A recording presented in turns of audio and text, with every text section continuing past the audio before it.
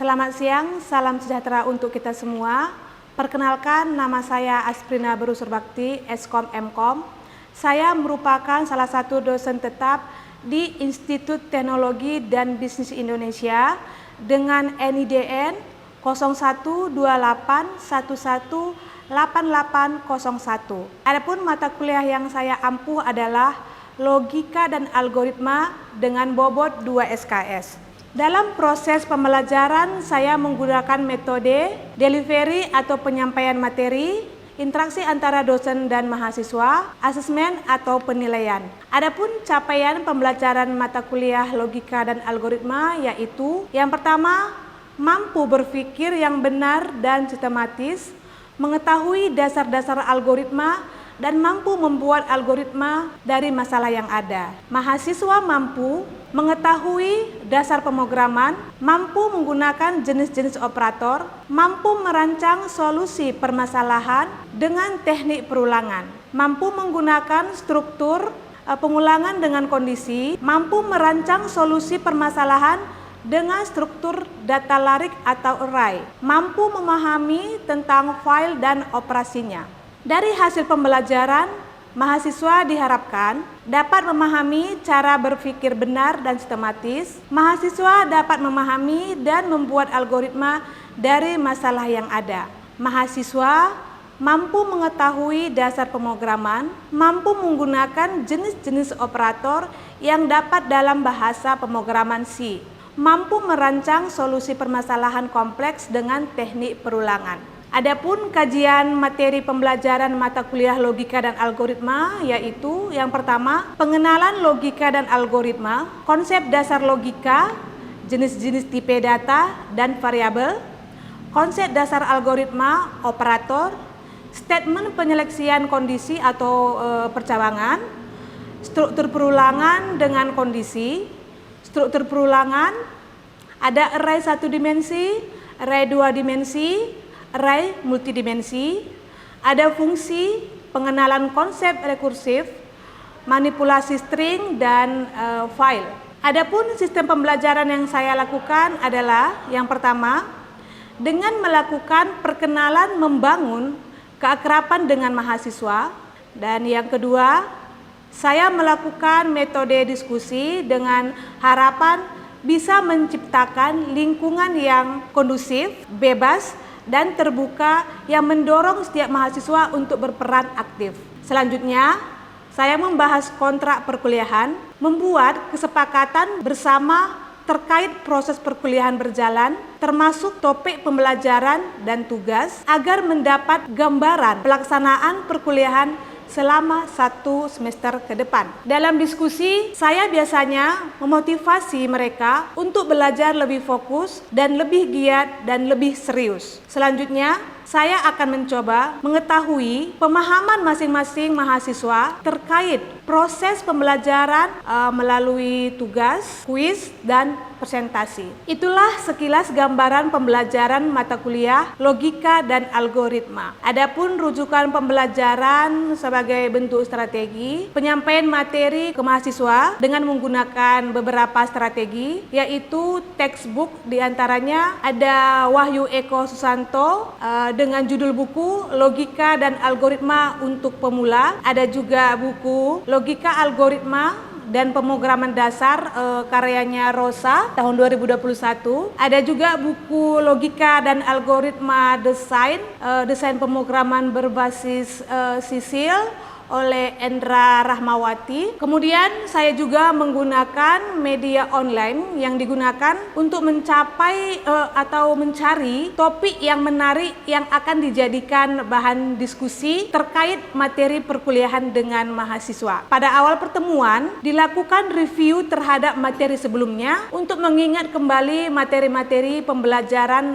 minggu sebelumnya. Selanjutnya, strategi kedua adalah dengan menggunakan case method, yaitu dengan memberikan contoh kasus terkait dengan masalah pembelajaran serta pemberian kuis yang dapat didiskusikan untuk memotivasi mahasiswa dalam mengikuti pembelajaran. Selanjutnya, di sini saya juga membuat perkuliahan juga menggunakan grup WhatsApp sebagai sarana komunikasi. Hal ini dilakukan untuk berinteraksi langsung dengan mahasiswa dalam menjelaskan hal-hal yang terkait dalam materi pembelajaran atau terkait dalam kendala-kendala selama proses perkuliahan. Pelaksanaan asesmen dalam pembelajaran. Dalam proses ini, bagaimana cara saya melakukan evaluasi penilaian terhadap mahasiswa. Jadi di awal pertemuan itu saya juga tidak lupa menjelaskan tentang penilaian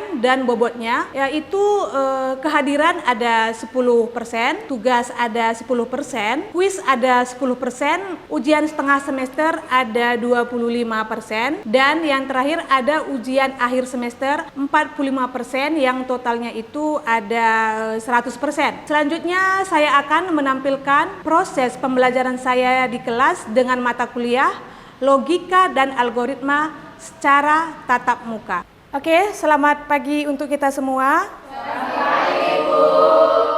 Oke, jadi sebelum kita mulai materi kita, ada yang masih ingat minggu lalu kita sampai di mana? Oke, kita udah sampai di logika. Sampai contoh-contoh logika juga ya? Apa kemarin logika?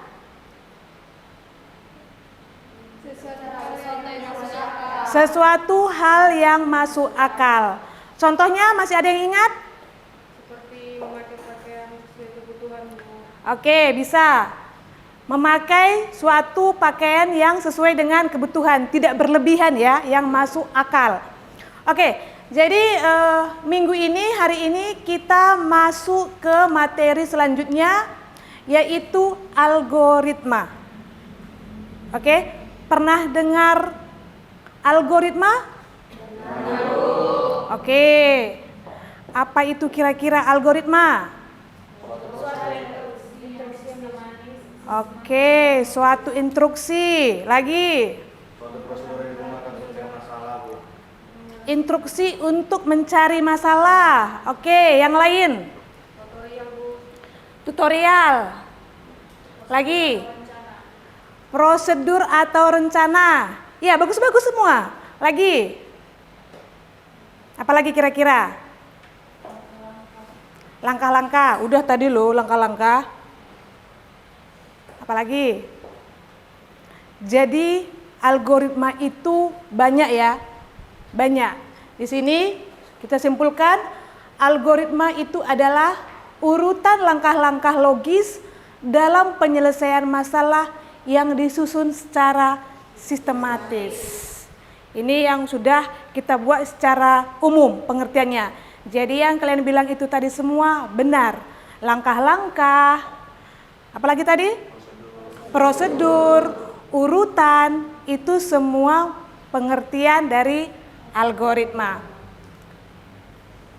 Oke, jadi untuk menjadi sebuah algoritma itu urutan langkah yang ditempuh untuk menyelesaikan masalah harus memberikan hasil yang benar. Jadi, adapun urutan atau langkah-langkah itu harus mendapat hasil yang benar. Ya, jadi jangan nanti algoritma urutan langkah-langkah tapi salah. Itu tidak. Itu harus mendapat hasil yang benar. Gitu ya? Oke. Kata logis di sini berarti benar sesuai dengan logika manusia. Berarti di sini maksudnya ini, yang di atas ini, langkah-langkah logis itu maksudnya yang logika menurut manusia. Jadi ada nggak menurut kalian kalau hewan ada logikanya? Enggak ya. Jadi itu logis secara menurut manusia. Kita lanjut. Oke. Jadi algoritma itu merupakan deskripsi urutan pelaksanaan suatu proses, ya, itu harus ada prosesnya. Selanjutnya, algoritma tersusun oleh sederetan langkah instruksi yang logis, yang masuk akal. Oke. Dan selanjutnya, tiap langkah instruksi akan mengerjakan suatu tindakan atau aksi. Jadi di sini beberapa urutan pelaksanaan algoritmanya. Sampai di sini paham? Paham lah ya, masih yang sederhana ya. Oke, kita lanjut. Di sini bila aksi dilaksanakan, bila aksi dikerjakan, maka sejumlah operasi yang sesuai akan dikerjakan oleh CPU. Jadi apa yang kita kasih tahu itu yang dikerjakan. Jadi kalau kita misalkan nanti kalau kita buat program, kalau kita nggak sesuai kita masukkan kodenya, dia nggak mau kerja. Jadi apa yang kita masukkan itulah yang dikerjakan. Oke? Oke, di sini ada hal yang harus dipenuhi dalam membuat algoritma. Yang pertama itu ada input, ada output, gitu ya. Dan yang ketiga ada logika.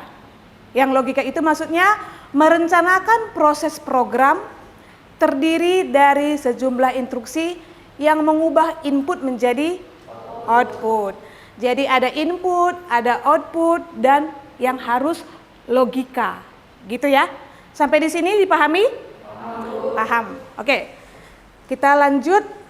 Ini masih semangat kan? Masih semangat. Oke. Kita lanjut. Ada 2 buah gelas ya. Satu berisi teh, satu berisi kopi. Gelas yang berisi teh ke gelas yang berisi kopi. Ayo. Tadi algoritma itu adalah langkah-langkah untuk menyelesaikan suatu masalah, gitu ya. Yang hasilnya harus gimana tadi hasilnya? Harus salah? Harus benar. Oke. Apa kira-kira? Siapa yang bisa menjawab ini? Langkah-langkah, urutan. Ada yang bisa? Udah Bu, kita buang aja dulu kopinya, baru kita pindahkan tehnya. Nanti kita buat lagi kopi Bu, kita masukkan lagi, gitu. Jadi gimana? Siapa yang bisa menjawab? Oke, kita ambil 1 gelas kosong, terus. Tuangkan isi teh ke dalam gelas kosong. Kemudian isi dari gelas kopi dituangkan ke gelas teh. Ke teh, terus. Isi gelas kosong itu teh dituangkan ke gelas kopi. Oke, sederhana ya. Berarti kita harus membuat atau mengambil 1 lagi gelas kosong. Oke. Yang pertama, siapkan gelas cadangan yang kita beri nilai X. Oke, ini dia. Setelah itu, tuangkan gelas yang berisi teh ke gelas cadangan. Kenapa itu? Setelah itu, tuangkan gelas yang berisi kopi ke gelas yang awalnya dipakai teh. Oke, gini ya. Selanjutnya, tuangkan isi gelas cadangan ke gelas yang awalnya berisi kopi. Selesai. Masuk akal? Ada algoritmanya? Ada. Benar nggak hasilnya? Apa tadi pengertian algoritma? Langkah-langkah untuk menyelesaikan suatu masalah. Gimana? Untuk menghasilkan hasil yang benar. Jadi ini nggak salah ya. Nggak kita buang kopi tadi kan. Nggak kita buat lagi kopi kan. Berarti ini benar. Oke. Pahamnya ini? Ini sebagian wajahnya agak bingung-bingung. Sebagian enggak. Gimana ini kira-kira? Bingungnya apakah karena ngantuk atau gimana? Karena kenapa?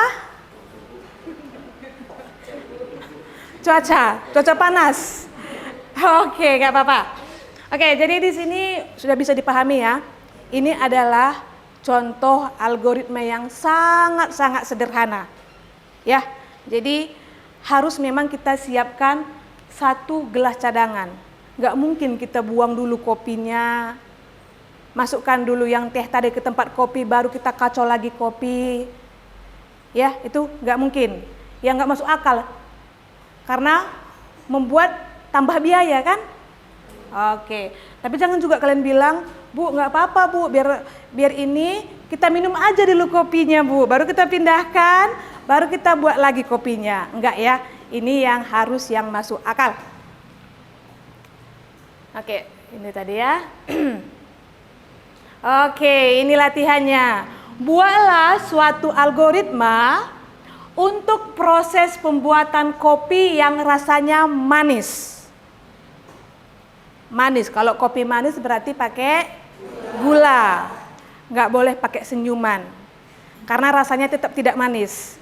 Oke, jadi di sini ada gelas, ada sendok, ada gula, ada kopi, ada air.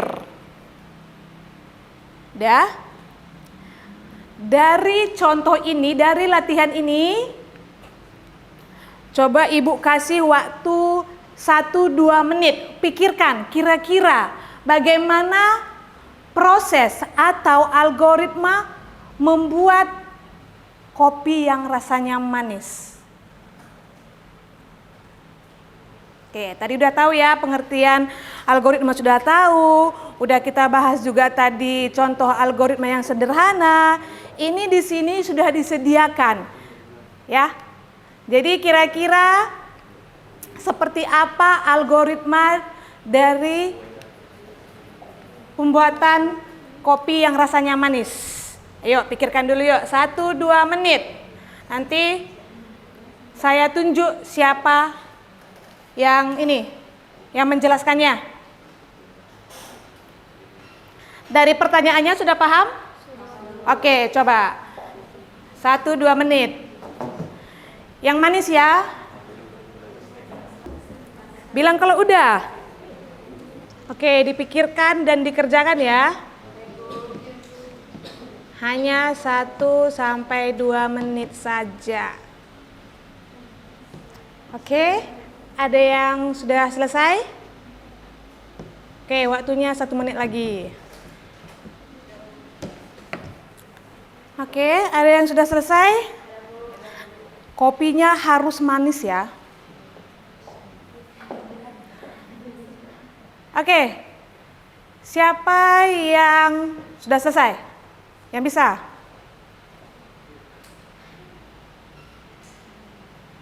Dini, udah? Oke, silakan ke depan. Oke, kita lihat dulu teman kita ya.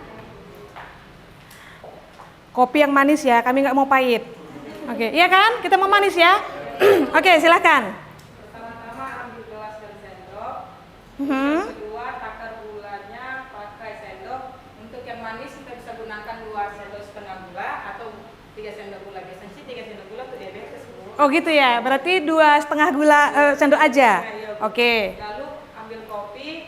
Untuk yang rasa manis kita bisa gunakan 1,5 sendok kopi saja. Kalau 1 sendok tuh terlalu manis. Oke. Terus Dimasukkan dalam airnya dimasukkan ke dalam gelas itu, tapi air panas ya Bu. Ya, oke. Baru dikacau, kopi pun siap disajikan Bu. Kira-kira manis nggak ya kopinya? Manis? Udah pernah dicoba? Ini udah. Makanya dia bilang tadi itu gulanya 2,5 sendok aja. Kalau 3 sendok diabetes. Dan kopinya cukup 1,5 sendok. Kira-kira manis nggak ya? Udah pernah dicoba, berarti udah diteliti, berarti bener manis. Oke, ada lagi dengan cara yang lain. Oke, silakan Dini. Bener nggak? Tadi Dini ada nggak bilang tadi ya? Pertama tadi ambil gelas, ambil sendok, masukkan gula dulu ya. Masukkan gula dulu berarti, terus masukkan kopinya baru diseduh gitu tadi ya. Oke, setelah itu diminum. Oke, harus tetap dikacau dulu ya, baru ditiup-tiup lah dikit. Nanti kalau nggak ditiup-tiup pasti panas juga, jadi nggak terasa nanti manisnya. Bener nggak? Bener yang dibuat si Dini? Oke, bisa ya. Ada urutannya atau ada langkah-langkahnya yang mendapatkan hasil yang benar menurut Dini. Gitu ya. Oke, ada lagi yang bisa? Kalau si Dini tadi dia bilang dia gulanya dulu, baru kopinya. Kalau kalian ada lagi? Gimana? Agnes Monica? Kamu kenapa nama kamu Agnes Monica? Ini, bisa? Ayo kamu coba, kamu buat kopi yang manis itu seperti apa? Yuk, ayo, ke depan. Ayo Agnes Monica, nama kamu, aduh, teringat saya sama artis ini. Ayo silakan. Cepat Nes. Agnes, ayo.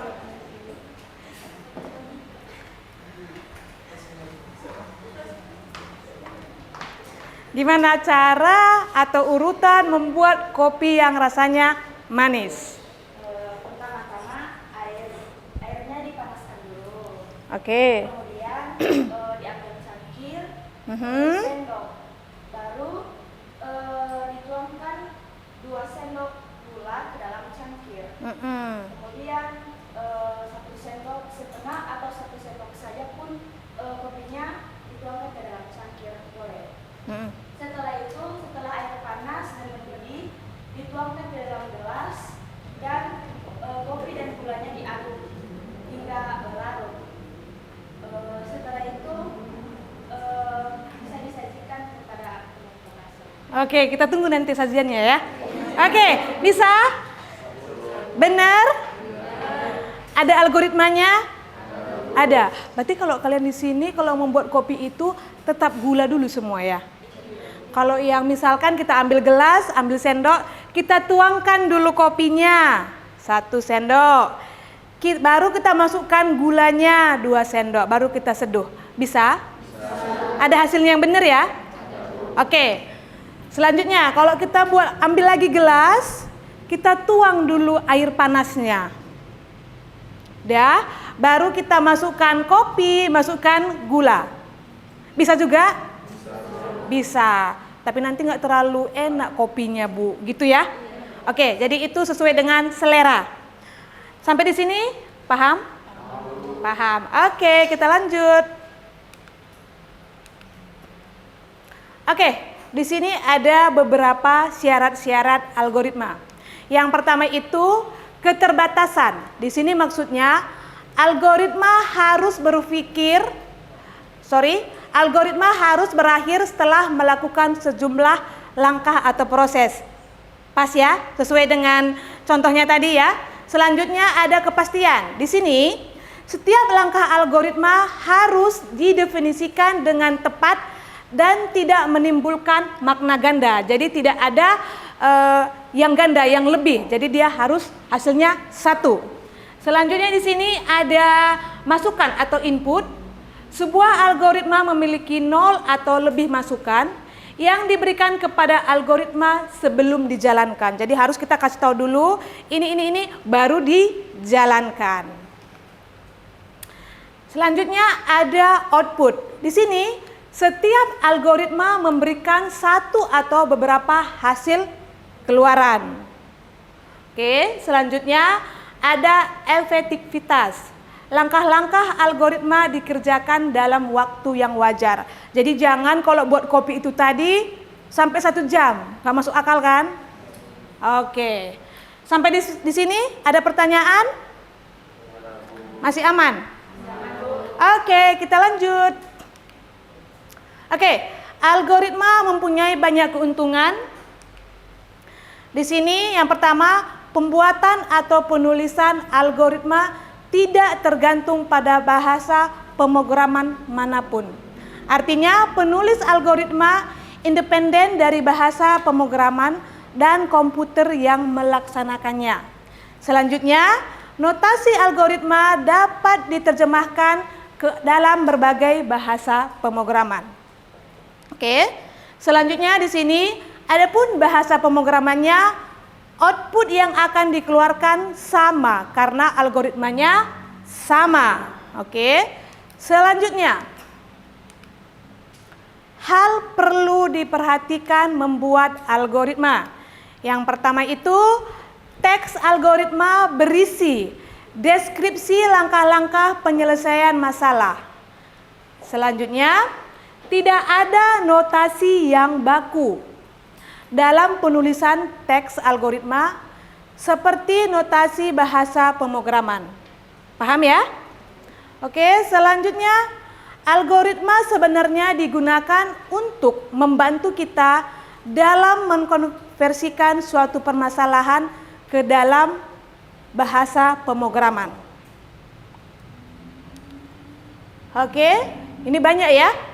Selanjutnya, pendeklarasian variabel untuk mengetahui dibutuhkannya pendeklarasian variabel dalam penggunaan bahasa pemrograman. Oke, kita lanjut. Pemilihan tipe data apabila bahasa pemrograman yang akan digunakan membutuhkan pendeklarasian variabel, maka perlu hal ini dipertimbangkan pada saat pemilihan tipe data. Jadi benar-benar harus kita tahu tipe datanya ya. Selanjutnya, pemakaian instruksi-instruksi. Beberapa instruksi mempunyai kegunaan yang sama, tetapi masing-masing memiliki kelebihan dan kekurangan yang berbeda. Oke, selanjutnya di sini aturan sintaksis pada saat menuliskan program kita ya, terkait dengan aturan sintaksis dalam bahasa pemrograman yang akan digunakan. Ini dia syarat-syaratnya tadi ya. Oke.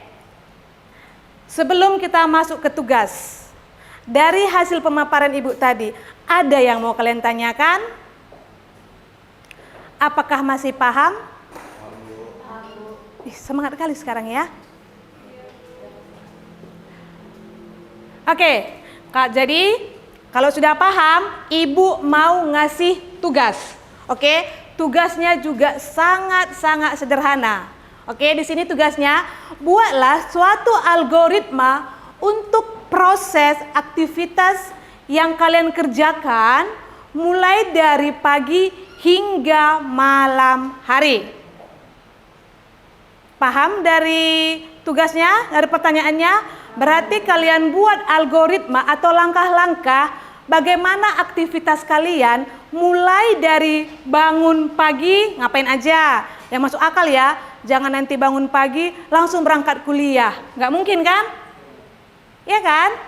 Oke, jadi ini tugasnya buat aktivitas atau algoritma yang dikerjakan mulai pagi hingga malam hari.